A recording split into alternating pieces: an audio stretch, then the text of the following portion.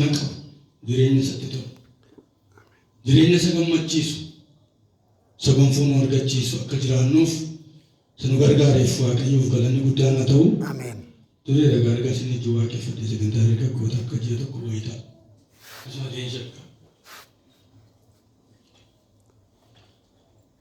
jaalala Waaqayyoo taanaan irra moorii hojii waaqeffannaa akkuma taphaama sagantaa dargaggootaan deemu hunda isaa arfansa sagantaa dargaggootaan nage karaa mukeessan karaa naa banuu fakkaata Waaqayyoo sinaa eebbisu. Sagantaa dargaggootaa akka carraa arfansaa kanan nageeyyu garuu Waaqayyoo nu gargaaree asitti Waaqayyoo walii hojii waaqeffannaa. Egaa mata duree kiristaanummaa keenyatti cimnee guddachuuf maal akka nu barbaachisu kan jedhu gabaabaatti ilaalu. Tarii baay'ee lallabu. Baay'ee kanan Waaqayyoo galannaa ta'u. Ameen.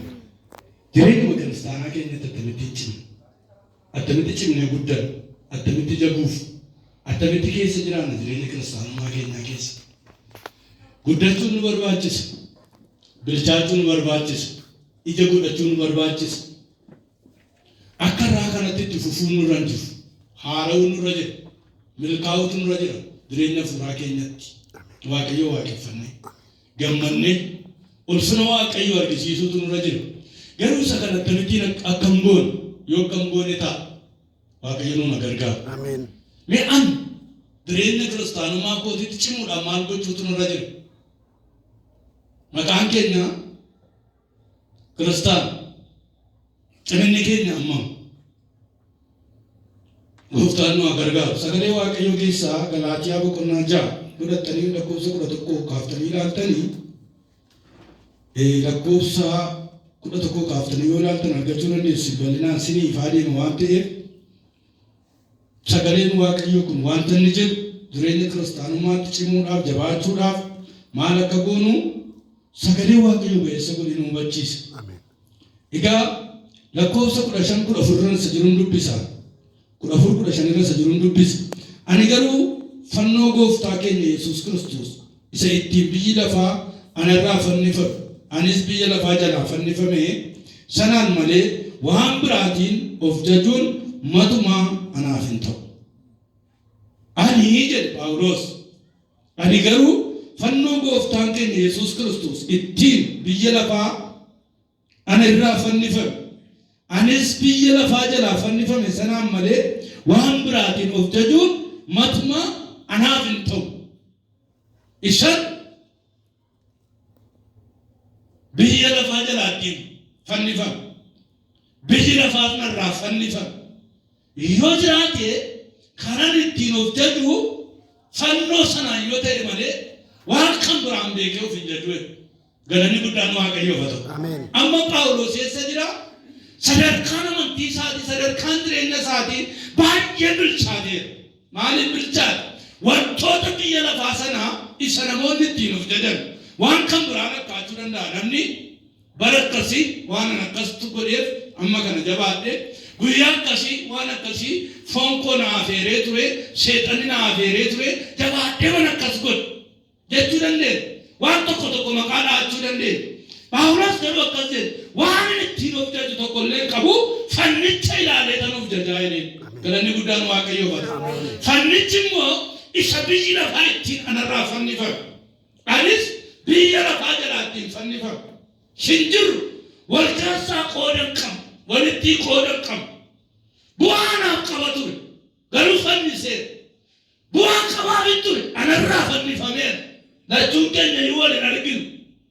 Kanaan hin of jedhe. Bu'aan jireenya koo yoo jiraate kanan ittiin dubbadhu. Fannoo sanaaf jedhee rarraafame sanaadha. Ameen. Galanni guddaan Waaqayyoof. Ameen. Hamma adeemsi isaa maali? Fannoo booda jireenyi olii akka jiraatamuudha kan inni dubbatu. Fannoo gararraatti hamma fannootti deemee jireenya fannoon booda sana jireenya haaraa tokko akka inni jiraate waan kan biraan qabu jedhee. Gara biraatti immoo ni godaanni isaa madaa Yesuus Kiristoos qabuun ofirraa qaba. Kanaaf nan dhamaasinaa nan rakkisinaa. Mallattoota anarra jira. Kana dubbadhee beekaa yeroo baay'ee nama deddeebi'e dubbadhu. Sababiin isaa nama mallattoo qaburraa biyya lafaa qoodan qabu. Dargaggeetti mallattoo qaburraa dargaggeessi biraan qoodan qabu mallattoo tura jira waan ta'eef. dargaggeessi mallattoo irra jirurra kan biraan mallattoo irra godhachuun qabu. Dargaggeetti mallattoo irraa qabdutu jirti waan ta'eef. Nan rakkisina godaannisa sana qaba waan ta'eef madaasa Yesuus Kiristoos anaaf jedhee madaa isa waan qabuuf nan rakkisina bilchaadheera. Galanni Waaqayyoo haa ta'u. Ameen. Yeroo isin olii gadi na buttan miti. Yeroo isin rakkina kan kabraa keessa nagalchuudhaaf abbattan miti. Isa isin jettan kana bira darbeera. Kaayyoo keessan bira darbeera. Ilaalcha keessan bira darbeera. Qooda walitti hin qabnu. Waaqayyoof galanni guddaan haa ta'u. Ameen. Qooda walitti hin qabnu. Kanaaf sagaleen Waaqayyoo amman dubbise uumama haaraa ta'uutu lakkaa'ama malee anna qabachuu yookiis anna utuu hin qabatin hafuuraan waan tokkotti lakkaa'amuu miti jedha. Kana immoo maaliif dubbate? Warri Yihuudootaa akkas jedhu nuyi uumamumaan sanyii kiristaanotaa yookaan sanyii Kiristoos jedhu. Yoomii jalqabanii uumamuma isaanii sanyii machiidhuma isaanii nuyi sanyii Yesuus Kiristoos sanyii Abrahaam sanyii Abbaam nu jedhaniitu dhaadhatu. Bilchinni isaanii hamma sanyii isaaniiti. Yesuus Kiristoos kana diiguuf jecha maal jedhe? Dhugumaan isinitti himaa eenyullee waliin dhalachuudhaan yoo baate mootummaa Waaqayyootti galuu hin danda'u. Lummoo dhaloota lammataan kiristaana ta'an. Galanni guddaan Waaqayyoof haa ta'u. Isa kamiin isa Yesuus Kiristoos dhugumaan isinitti himaa eenyullee waliin dhalachuudhaan yoo baate mootummaa Abbaa kootti galuu hin danda'u. Kan inni jedhee mallatteeffamu. Ituu isaan nuyi sanyii Abrahaam qomoo Abrahaam nuyi Yihuudoota durumayyuu ni kiristaanota Yesuus Kiristoos nuuf jedhee dhufee dhalate jedhanii fakkaataniiti dubbii garagalchaatu Yesuus Kiristoos warra horii dhalatan mootummaa Abbaa kootti galuu danda'a. Ameen. Haaleluyyaa. Ameen. Egaa bilchinni kiristaanummaa keenya dabinni kiristaanummaa keenya maaliin beekamuu qaba? Attamitti bilchaa nu barbaachisu bilchi nu barbaachisu guddina nu barbaachisu kiristaana bareedaa tokko ta'uu nu barbaachisu attam gooneeti. Sin attam gootaniiti. Kaleessa baay'ee faarfattanii kiristaana taatanii cimuu diddanii daareessa jijjiirutu nurra jira. Kallattii jijjiirutu nurra jira. Ammaan booda ani cimaa kiristaana ta'uu qaba. Attamitti maal godhin kiristaana jabduu tokko jedhama. Maal godhin kiristaana jabaa tokko jedhama. Maal hojjechuutu narra dhawu irratti. Yeroo koorratti maal hojjechuutu narra jira. Umurii koorratti maal hojjechuutu narra jira. Yeroo Waaqayyo naa kenne guyyaa Waaqayyo naa kenne bara Waaqayyo naa kenne irratti maal hojjechuutu narra jira. Maal gochuutu narra jira. Mee kiristaanummaa keetti cimuun maal gochuu qabdaa waliin jedha. Kiristaanummaa keetti cimuun maal gochuu qabda. Maal gochuu qabda. Maal gochuun qaba. Maal raawwachuutu nurra jira nuyi kiristaana jedhamudha. Yookaan immoo jabaannee amantii keenyatti warra amantii isaanii eeggatan warra wayyaa isaanii xureessin warra deemsa isaanii eeggatan jedhee gaaf tokko Yesuus Kiristoos ol ka'ee nu simachuudhaaf maal gochuutu nurra jira. Dhugaa nu ba'uudhaaf. Tokko wanti nuyi gochuu qabnu qabaa hafuura qulqulluu beekudha. Qabaa hafuura qulqulluun beeknu taanaan gatii qabu. Maaltu nu walitti nu fide nuyi Waaqayyo wajjin? Hafuura qulqulluutu walitti nu fide. Sochooni akka hundubbannu kan godhe hafuura qulqulluun.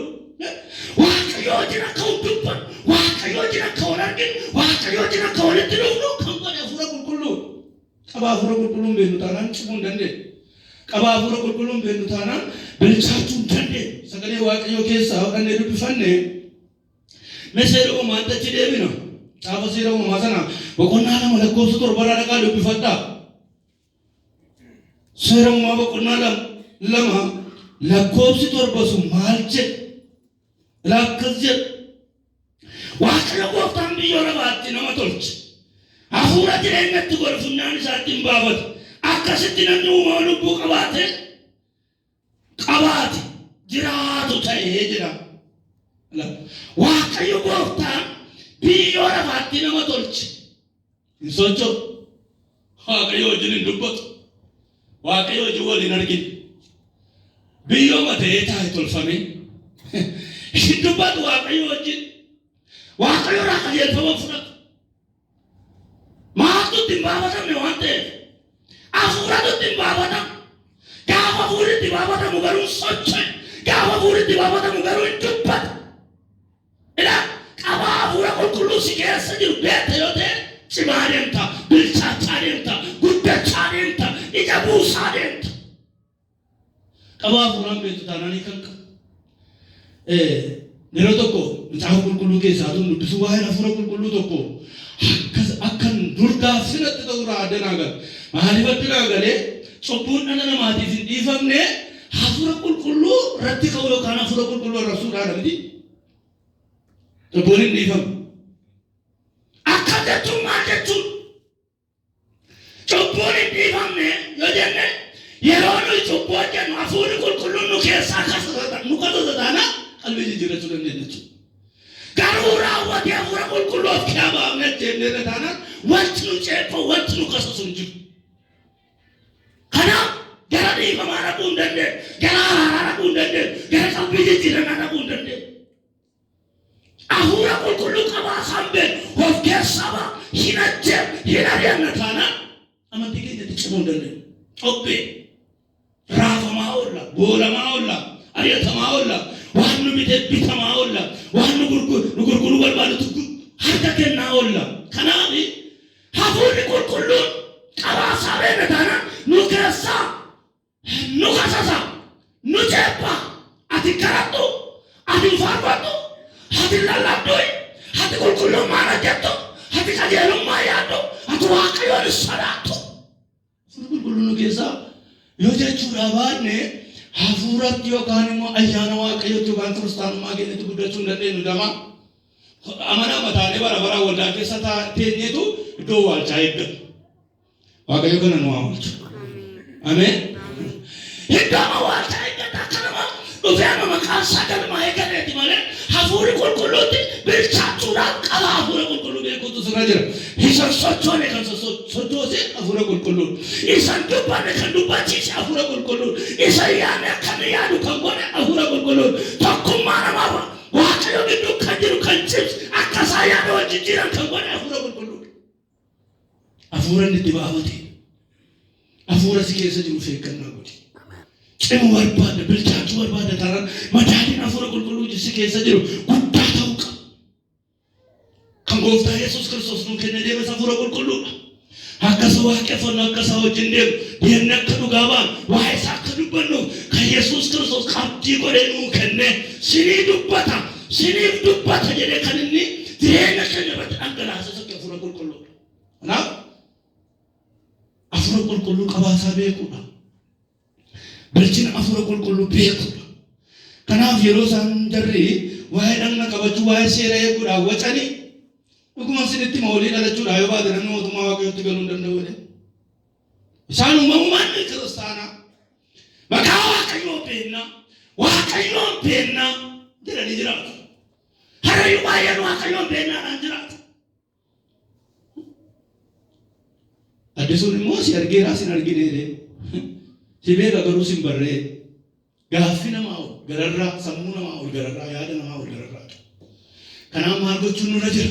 Baalaansii hafuura qulqulluu, madaalli hafuura qulqulluu ol kaafnee ilaaluutu nurra jira yeroo hundumaa. Jireenya kiristaanummaa keenyatti ija buusteetti isheen sun ija buusee ranni sun lakkii isarraa waa eegamaa jira jechuudha. Qaba hafuura qulqulluu beekuutu sinirra jira. Yoo akkasiin ta'e hiiqaqa. Ani maal godhe cima kiristaanummaa kootti kana booda. Guyyaa irraatii jalqabee kiristaanummaa koo tattamittiin hin cima. Wallaansoo kana akkamittiin kiristaanummaan koo wallaansoo kana gararraa ta'ee mul'achuu qaba. Akkamittiin ollaa ta'ee argamuu qaba kiristaanummaan koo. Akkamittiin biyya lafaa kana bitee jiraata. Isa bita koorraa sagalee dhageessisu, isa mirga koorraa sagalee dhageessisu, an akkamittiin kontorol godhee sodaachisee jiraachuu qaba. Jennee yaaduutu nurra jira. Kiristaanni cime kiristaanni bilchaate sodaachisee jiraata malee sodaachaan jiraatu. Sodaachistee jiraachuutu sirra jira. Biyya lafaa sodaachistee jiraachuutu sirra jira. Foon kee sodaachiftee beekamtee iddootti gali jettee jiraachuutu sirra jira. Bilchinni kee kanaan beekama. Kiristaanummaan kee kanaan beekama. Jabinni kiristaanummaa keetiin hola deemaa jira, gada deemaa jira, madaalli isaa si keessa jira. Amma madaaluun hin danda'amu sa'aatii kana. Garama fooyyee qaba amma kiristaanummaa koo kanatti cimaan jira bilchaachaa jira.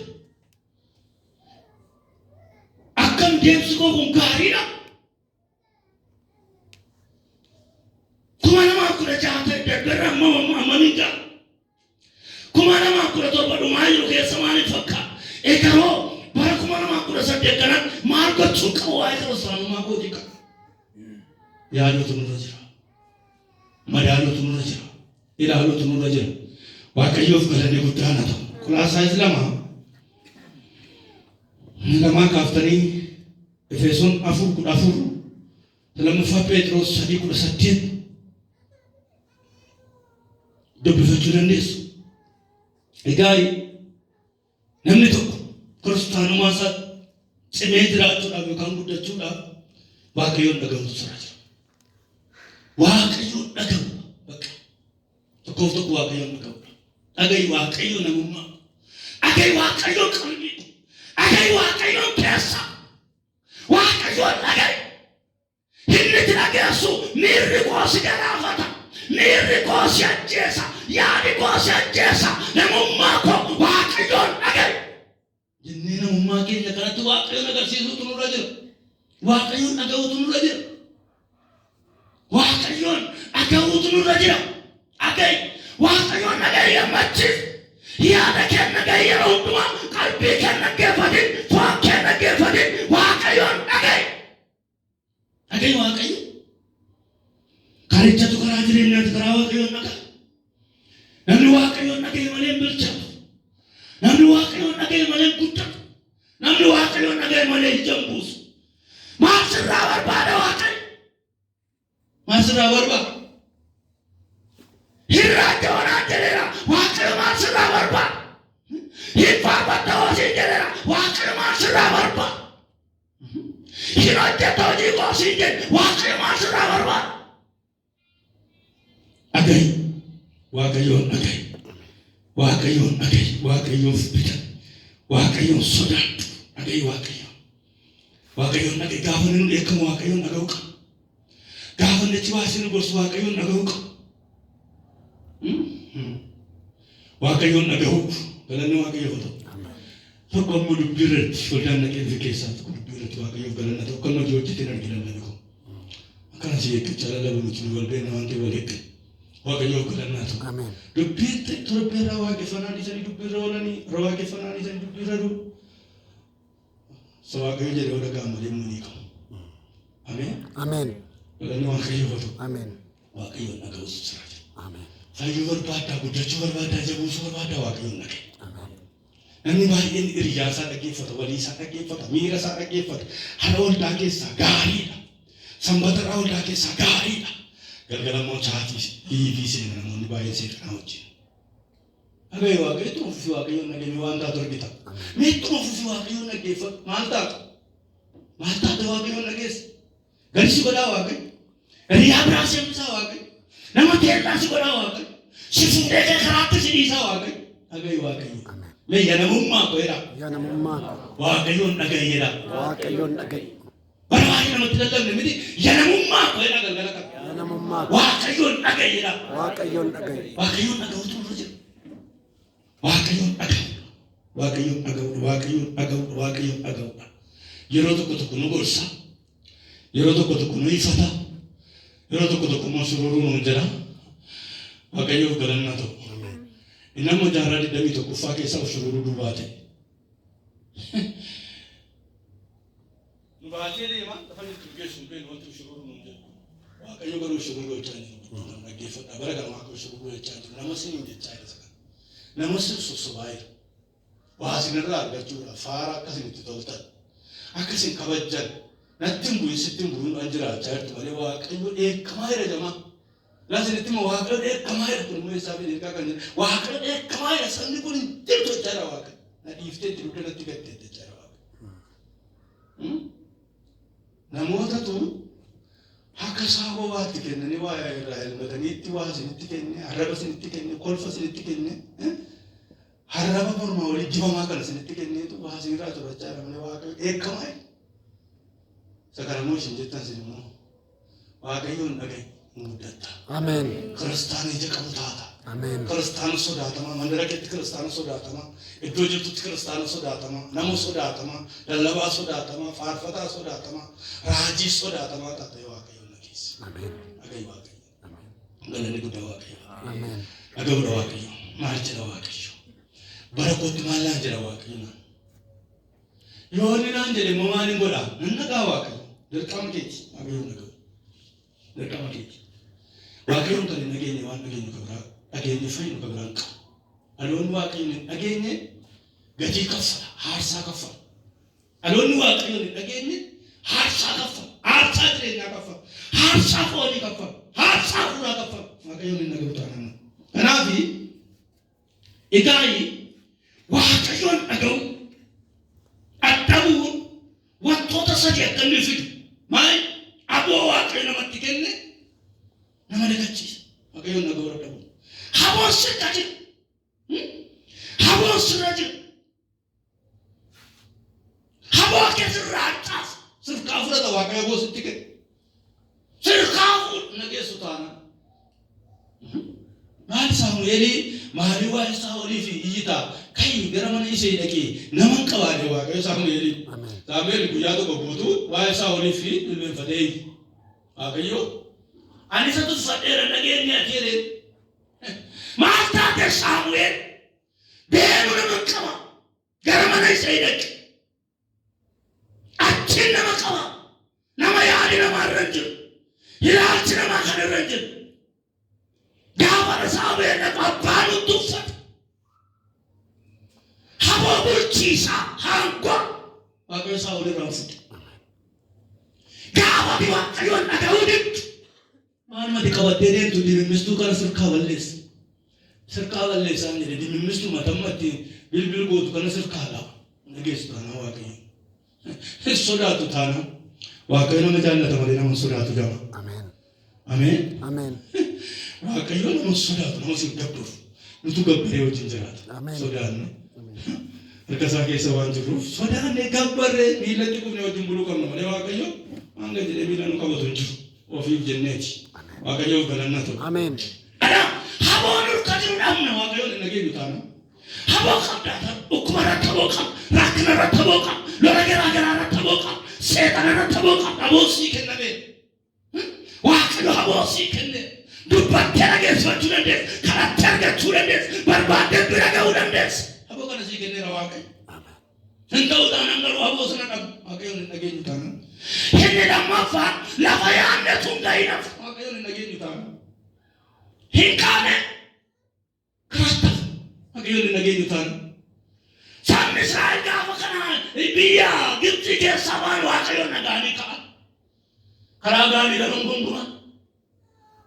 Agawuri da ne ka mutera ne ka su burtera ne ka fore ga fi fore mo gute me goyomi ga fi fore gut ga bu bola le tari tu ga fi fore gut hawa gura le bocha gura barbara gura sakkase je kana nanne saul foki ubere de foki la nambe warge namai la fo ante gut shi gut Kana derati mata, gafi gara tikana ni sakala bano efrat.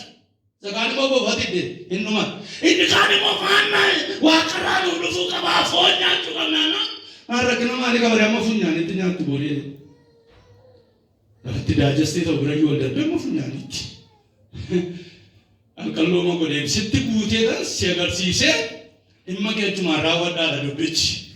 Sitanguta inagar tamma kuma gotaratan sitti gari na kain guta garutti fufte jirenya kabduda agawri de olishe ages alonni akayon agawri de dimo marata kullade mujmaul chalwa ga nagaw tanana marata kullade musammuga dise jinno ni chalno wa ga nage mani habita sin kaba bishani sna ina bo thainam mara arga san kabu kallen sabo arga san wakayo ni nage sutana karat to jaate to rangaina Samsun gafa biya khe wakayo tulu padera kanani natu rakni gurgudaya gayu gukum mitreban kisi treban hinni khani mo musarratina gafrat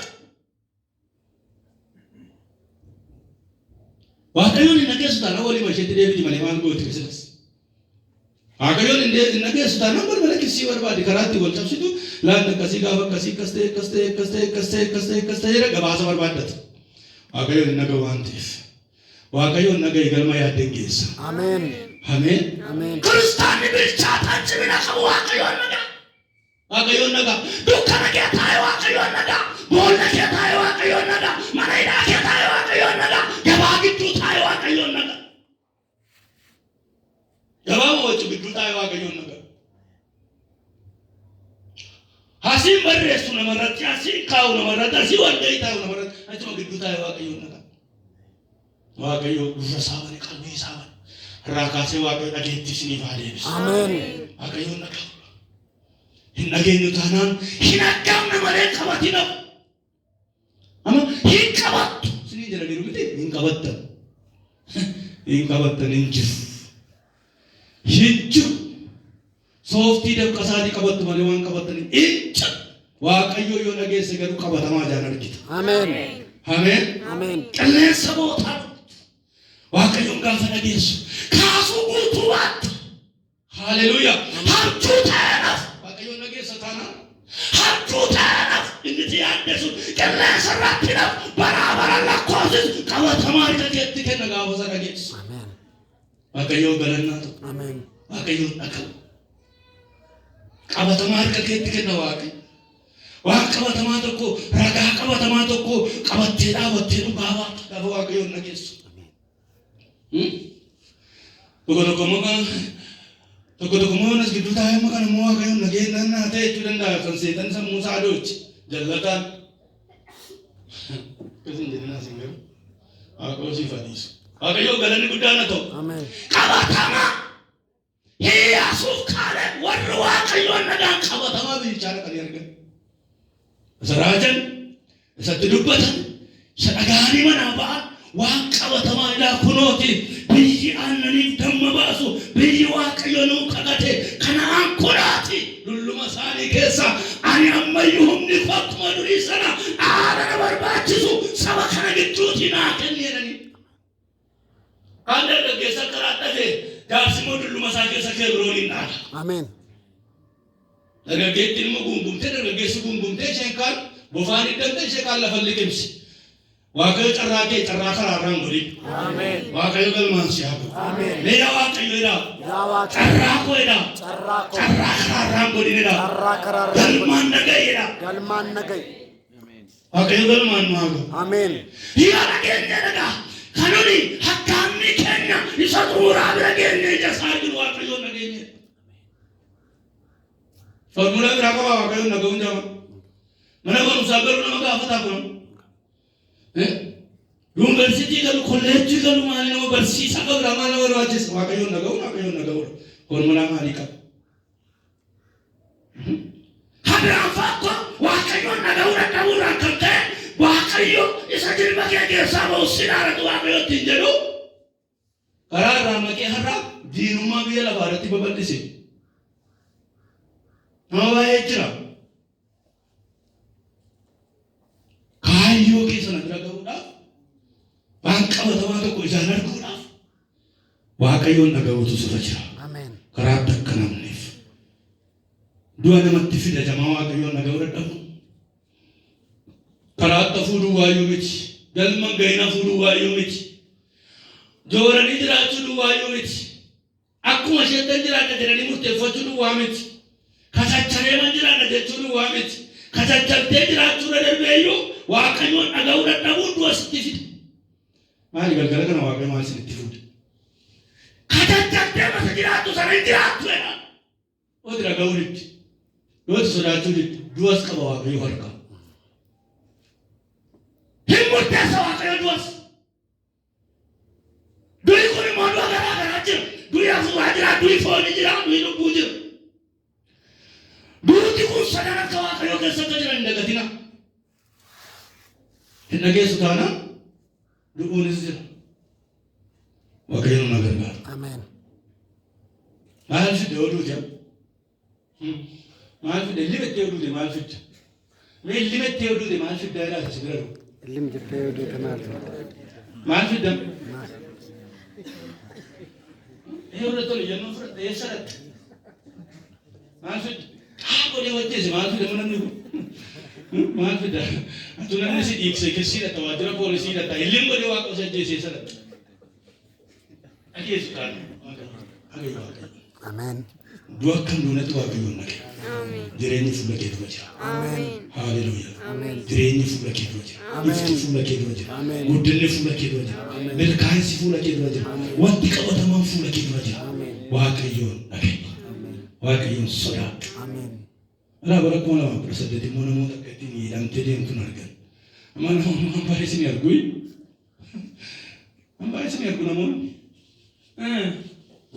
Nama hidhamtee harki ishee hidhamee ateenaan dudduubatti hidhamtee akkasitti hidhamtee yaa turan oldaattuu kanaan immoo jala argattee dhaabata malee waaqayyoof galannaa ta'u. Amen.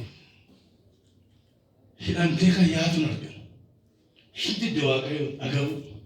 Mata duricha gaafa barreesse horsiisaan dhufee mana qorichaatti nageessira marfee sadiin fudhadhe naa jamaa ciisee sireera ciisichaa kan inni dhaqee marfee fudhaa deebi'ee dhufee ciisaa dhaqee marfee fudhaa torbee garasii keessa jechuudha. Mana galon dinsi fudhee ciisee taa'ee mata duricha barreesse inni mootiksii naa kennaan immoo nan barreessa. Irree jiru fayyaan hin jiru kuma jamadaa fa'aa kan ta'e ka'e. Amma mana qorichaa diimatatti galuu addabee mootora waan maduraan ka'e. Ergaa barootaan dubbanna 2013 kaasee waggaatti ergaa tokko nan barsiisan. 2013 waa'ee beelaa kan barsiisee yaadattoonni keessan. Beelli biyya kan akka qabatu. Akkamitti akka dhaloonni beelaan ni barsiise. Akka itti guddatan si barsiisuu ergaa. Ani immoo akkasitti beeloftan si barsiisa. Ammas galgala kana sitti immoo waaqayyoon hin dhageessu taanaan qaa etteetuma deemtuu dhuftu. Kanaaf waaqayyoon dhagaye. Sodaadhu waaqayyoon. Buli waaqayyoof. Miibbarfuu Yesuus jala bulaa. Waaqayyoon nagaa dhaggeeffadhaa waaqayyoon. Gaafa ni dubbatu dhaggeeffadhaa. Gaafa ni mokkaatti baasee siifatu tole gooftaa. Tole ifannaan kee gaarii. Daawit akka jedhe waan kan biraa sitti fidu moo innaani lakkii harkuma keenyaa wal yaade. Waan kan biraa kan mootota sitti kaasee maal godhamu lakkii beela sitti fidu lakkii harkuma keenyaa wal yaade. Amen. Harka isaan dhaheetu ergamoota deemanii nama dhingaa jedhe gooftaa. Harka ormaa keessa hin gaane hin jiru jamaa. Akka ormaatti waaqa dabarsee akka sillaanneef waaqayyoon naqe. Amen. Amen. Amen. Harka ormaa deebitee hin galleef akka ormaatti dabarfamtee hin laanneef umurii dargaggummaa kee kanan waaqayyoon naqe. Amen. Waaqayyoof galannaa ta'u. Amen. Si aarsa. Kanaaf hubatta waaqayyoof galanni guddaan haa ta'u. Amen. Egaa jireenya karataan marfame qabaachuu.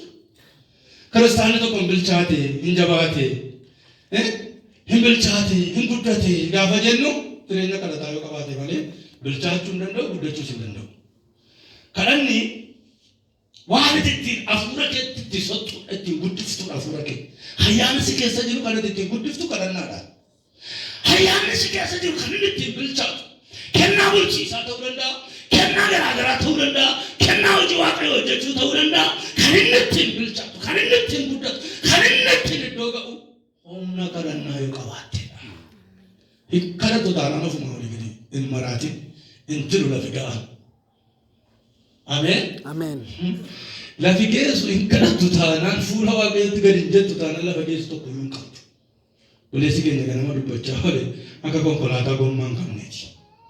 Birrii bileena meeqaanu bitanii balbala dhufee dhaabate gommaa isaa keessa qilleensi hin jiru taanaan achuma oola malee lafa dhaqu hin qabu. Kadhanni si keessa hin jiru taanaan hafuurri si keessa hin socho'u. Hin socho'u. Akkuma seera uumamaa boqonnaa 2 irratti jira dabaddabamee mana faciise namni hojjetamee raate tolfamee raate dabaddabamee maciise. Gudeelchuma kee tolee gede naannaa hafuurri si keessa hin jiru taanaan. Gudeelcha beektu saaddi sun gudeelcha sibiila caalaa natti ulfaate. Gudeelchuma keetu olii gad naannaa hafuurri si keessa hin jiru taanaan.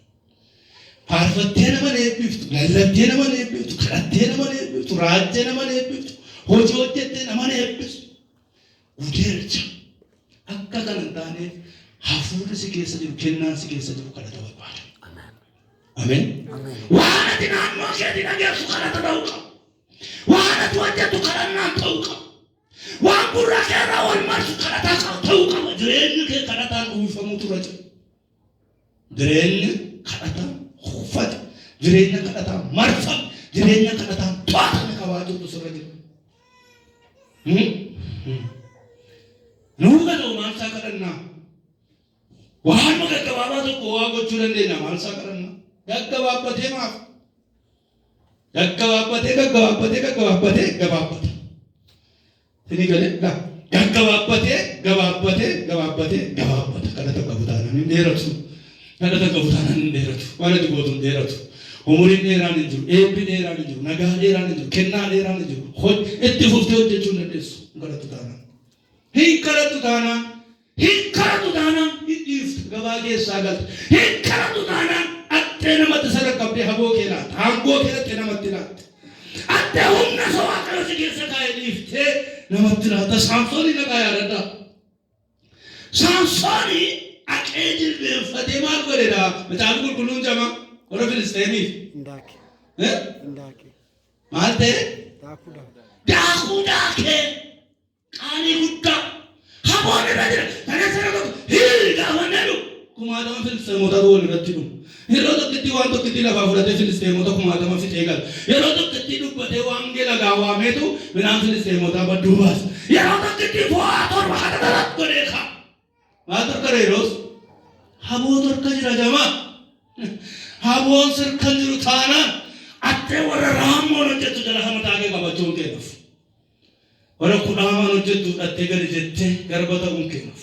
Mee yaa Waaqayyoodha. Haboon haa deebisiidha. Haboon siniif adeema. Ameen. Gaafa kanattu kaa gammadaa deemta. Haboon si keessa jiru itti caalaa deemu. Eenuma cimta, ilma bilchaatta, ilma guddatta gaafa kanattu.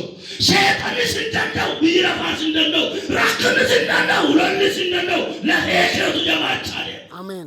Galgala kana jalqabee lafeen kee ajabaata. Ameen. Mogoleen kee ajabaata. Ameen. Humni si keessa jiru deebi'ee haa ijaara.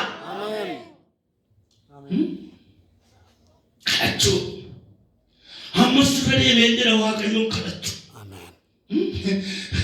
Amma Saa'olii gaaf tokko ishee dur ari'ee biyya keessaa baasee nama tokkotti illee waan isaa gaaffii dhaqaasuun barbaachisaa miti waan ta'eef ishee dur ari'ee biyya keessaa baasee gara dubbiftuu barbaacha dhaqe. Saa'ol maal ta'eem? Kaleessa tunnarree barbaadu ergamaan nagee Waaqayyo si barbaadaan itti dubbate ergamaa Waaqayyo wajjin nama haasa'uudhaaf Saa'ol jama. Raajii Waaqayyo wajjin nama haasa'uudhaaf. Gaaf tokko garuu akkan taane ta'ee booda kaa fuudhame karaa bara san ari'aa biyya keessaa baasee wayyaa jijjiirratee of dhokseetu karaa dubbisuu dhaqe. Egaa kadhatan qabdu taanaan ol deemuu yoo dadhabde gad deemuu hin dadhabdu. Akka ol deemtuuf immoo Waaqayyoon kadhadhu. Ameen. Akka guutuu taatuuf. Haalleluuyaa. Waaqayyoos gidduudhaa nama qaba. Kanaaf akka itti onnatee na dubbachiisaa Waaqayyo. Si qabaa Waaqayyo. Akkati waa gudunfattee baatu barbaadaa Waaqayyo. Akkati cimtee baatu barbaadaa Waaqayyo. Waaqayyo haa eebbisu. Wayyaa jijjiirratee karaa dubbiftuu barbaada dhaqee of dhoksee kaleessa ari'ee biyyaa baaseera waan ta'eef. Namni gaafa kadhata dhabdu sagaleessaa foonii fuuti jedhama. Foonuma miiruma foonii kaleessa dhiiftee dhufte. Foonii fuuti habshaalummaa duroomina qaroomina itti fakkaatu waan mashiin kaleessa uffattee dhiifte. Itti keessaa dhiibee dhufne kaleessa maaltu booda nu yaachisaa. Jireenya keenyatu gaafa dadhaba, fuula keenya gaafa dadhabachuu nu yaachisa malee dhiifnee tuffannee isa keessaa baanee maal nu yaachisa? Yoo hafuurri kee waraanamaa ta'e garuu yaaduun kennaaf. Hafuurri kee waraanameera taanaan akkuma namicha sana waraanameera dirree keessa na baasaa jechuun kennu. Yoo lola dhaqee waraanameera amma na baasaa konkolaataa naanneffadhu waraanameera jedhe. Dhaloonni waraanamte dirree gad dhiiftee deemti. Galgala kana Waaqayyo nan kee haa fayyisu. Hafuura kee haa fayyisu Waaqayyo. Jireenya kee haa fayyisu Waaqayyo. Sammuu kee haa fayyisu Waaqayyo. Humna kadhataati keessa haa fayyisu Waaqayyo. Haalee dhaabannee Waaqayyoon kadhannaa. Waaqayyoof galannaa.